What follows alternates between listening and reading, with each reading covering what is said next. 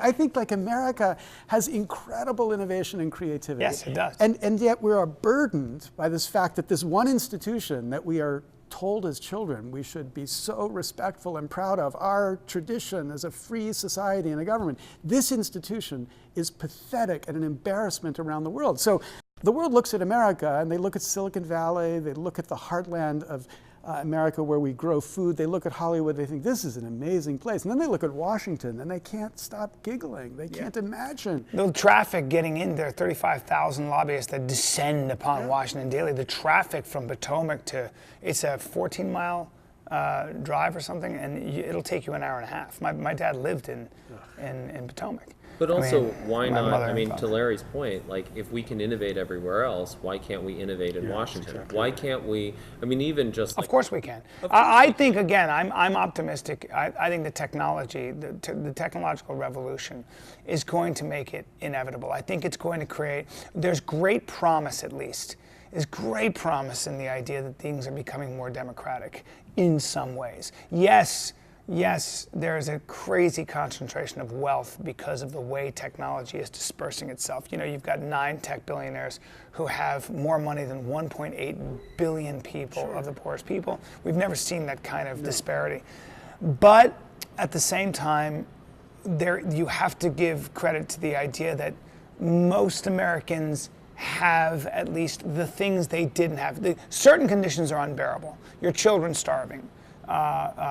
Disease, diphtheria, sweeping through. These things have, we are getting to a point where almost everybody has a cell phone.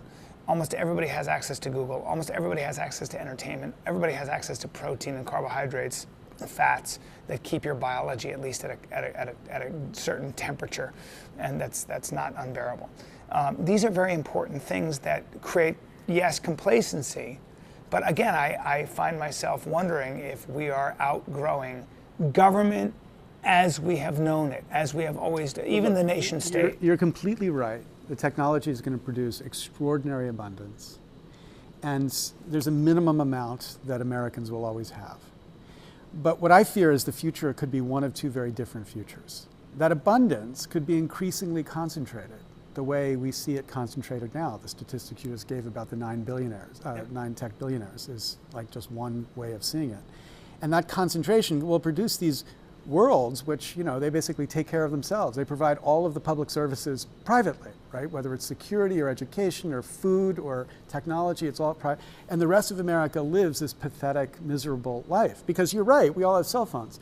But when you don't have health care and you get sick, and then you are bankrupt the rest of your life because you don't have health care, because you can't afford it, that's a major problem. So one path is this abundance with very few people benefiting. Another path, which many people in Silicon Valley are arguing strongly for, is where the abundance is actually something that builds an America that makes it possible for us to actually all flourish. We all want that. I mean, I don't think anybody wants to live in a country where people can't afford dental care. Yeah. The dignity of just having teeth that are you can look at. That's a great example. I mean, dental care. It's fucking huge. When you get a toothache, it's a tiny fraction of America that can afford dental care. You break a tooth, you're on your own, man. That's exactly right. But this is the point. We can't get that America unless we have a government that works, right? I'm as cynical and skeptical about this government as anybody. You know, when Ronald Reagan said in 1981, government's not the solution, government is the problem.